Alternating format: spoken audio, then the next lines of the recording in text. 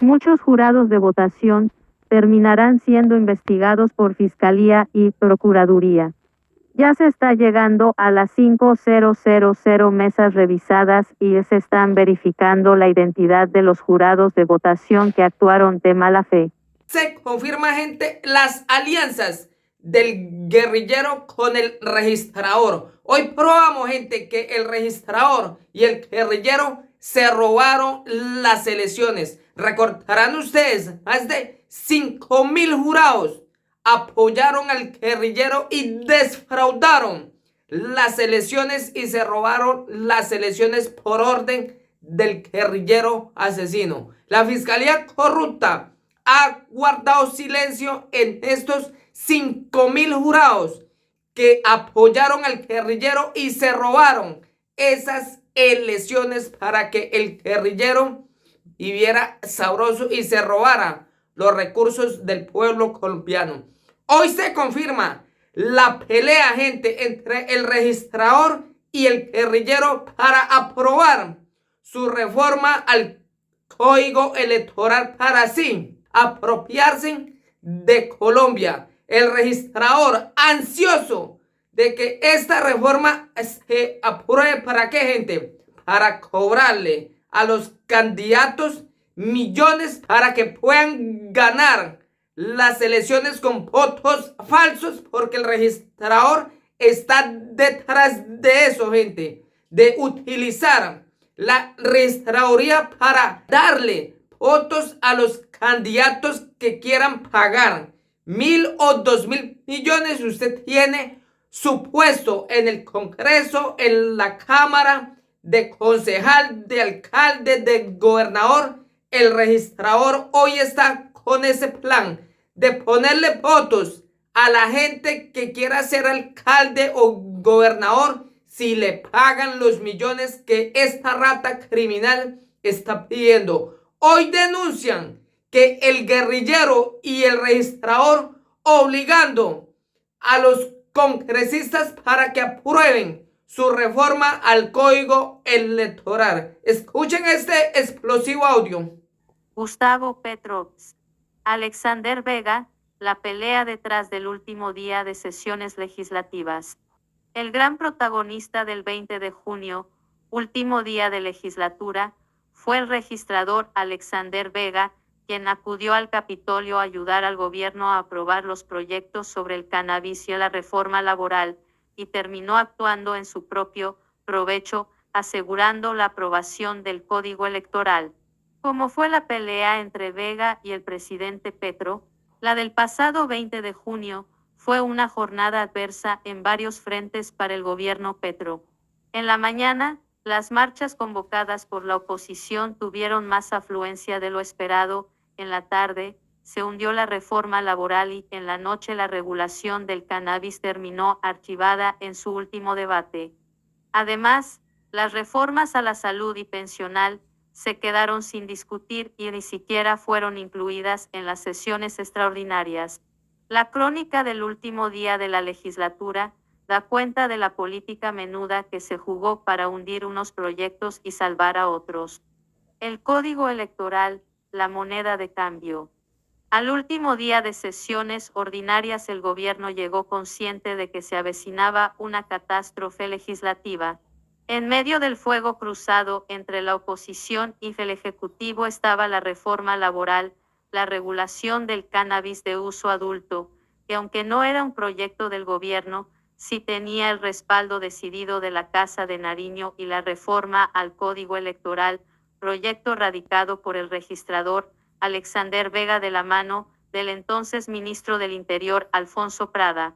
A las tres iniciativas les faltaba el último paso para salvarse, pero solo una de ellas sobrevivió, la que tenía la bendición del registrador.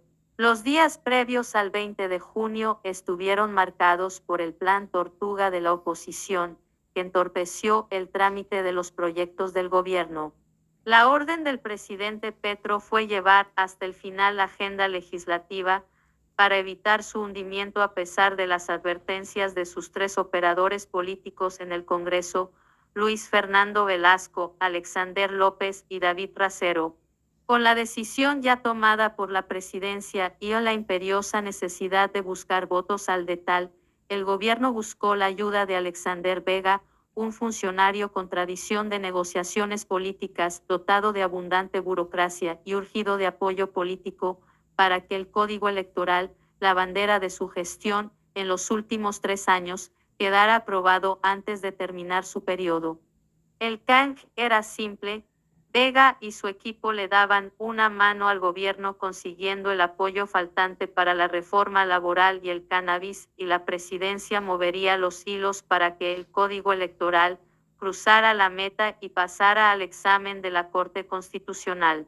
Para ejercer presión, el Ejecutivo echó mano del orden del día para la plenaria del Senado. Sobre las 11 de la mañana, en el orden definido por la mesa directiva, no apareció ninguna conciliación, solo estaba agendada la discusión del cannabis, lo que en la práctica hundía el Código Electoral de un plumazo sin siquiera votarlo. La decisión le puso los pelos de punta a Alexander Vega, quien llegó al Congreso a visitar tantas oficinas de senadores como fuera posible. Llegó desesperado, dijo un congresista que vio al registrador haciendo lobby. El registrador estaba acompañado de sus 2 asesores estrella en el trámite del código. Felipe Uzcategui es candidato a la Cámara por el partido de la U, y José Darío Castro, secretario general de la registraduría y exgerente de talento humano de la misma entidad. Vega también se sentó con Alexander López y David Racero, los presidentes de las corporaciones del Congreso, quienes ya habían recibido una preocupante instrucción del presidente Petro, ya colérico por el hundimiento de la reforma laboral. Al filo de las 3 de la tarde, el presidente de la Comisión Séptima de la Cámara, Ahmed Escaf, no tuvo más remedio que levantar la sesión y de esta forma sepultar la reforma laboral. No llegaron los congresistas suficientes para tener quórum y ni siquiera la ministra de Trabajo Gloria Ramírez estuvo en el recinto. Aunque entre periodistas y los mismos congresistas hubo dudas sobre si la reforma en realidad había quedado hundida, quien dio la confirmación oficial para los titulares de última hora fue el presidente Gustavo Petro. El hundimiento de la reforma laboral es muy grave. Demuestra que la voluntad de paz y de pacto social no existe en el poder económico.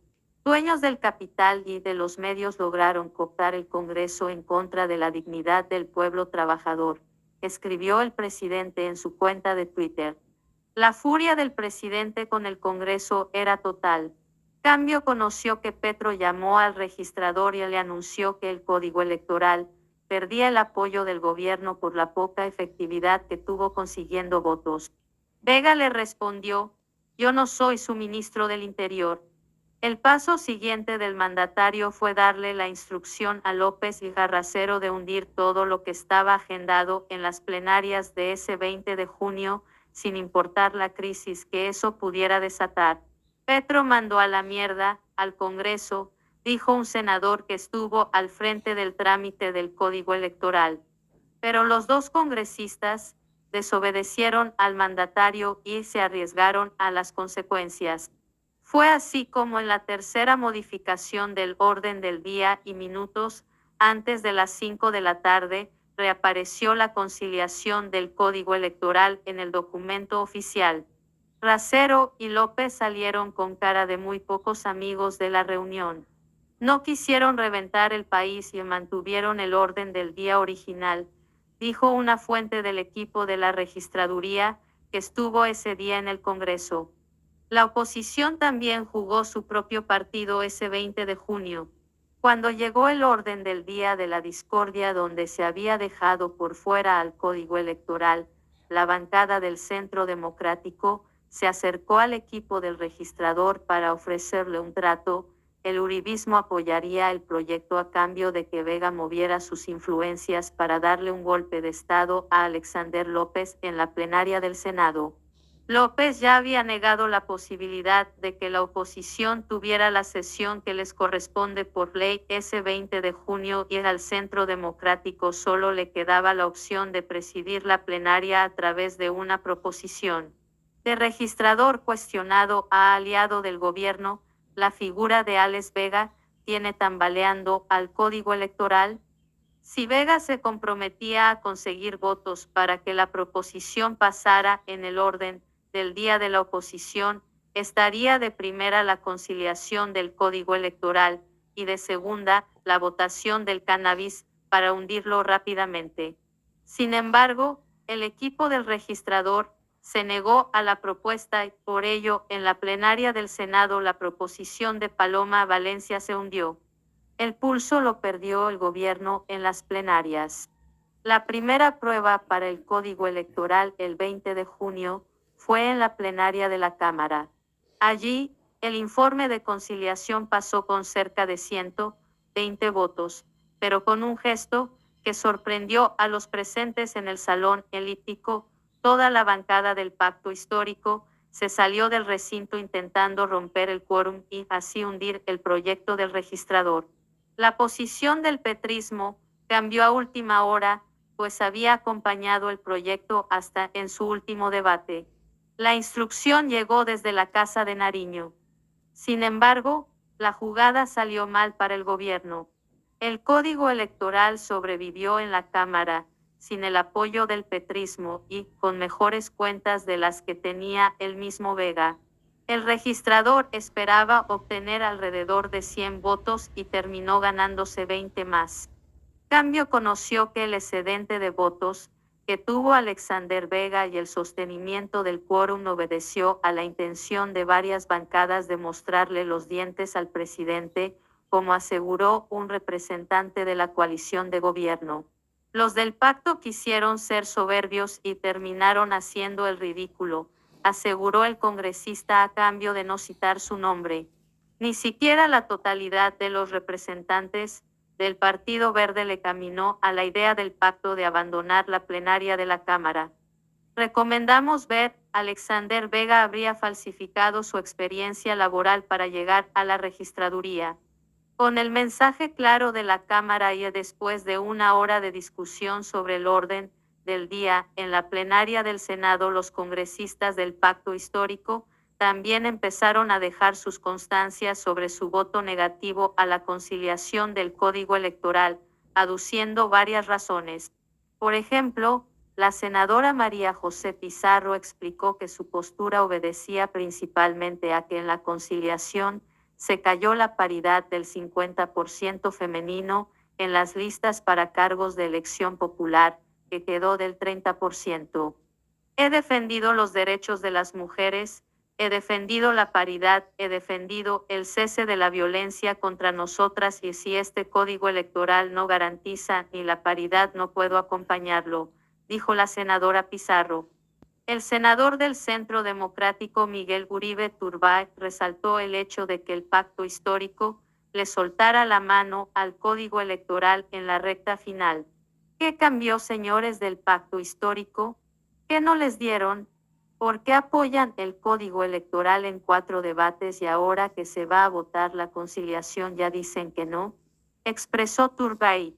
También hubo duros cuestionamientos al lobby del registrador por parte de senadores como Ariel Ávila, quien se opuso desde el principio al código electoral. Este código electoral es una vergüenza institucional. Estuvo Alexander Vega oficina por oficina y hay acusaciones de que está repartiendo puestos, manifestó Ávila. Sin embargo, otros senadores defendieron la presencia del registrador en el Congreso, justamente los mismos con quien Vega se reunió previo a la plenaria, como Juan Felipe Lemos del partido de la U y Paulino Riascos del Pacto Histórico. No estoy defendiendo al registrador, pero yo le pregunto a la mesa directiva, ¿qué tipo de funcionarios pueden venir a hacer lobby en el Congreso? Porque yo miro a diario funcionarios haciendo su lobby. No permitir a Alexander Vega venir aquí a hacer su lobby es violatorio de los derechos humanos, dijo Riascos. cambio conoció que la artillería burocrática de Alexander Vega, tanto el último día de la legislatura como en el último año, se apalancó principalmente en los supernumerarios que se nombrarán para las próximas elecciones regionales de octubre, encargados de labores de apoyo para la inscripción de ciudadanos y que podrían llegar a los 40,000.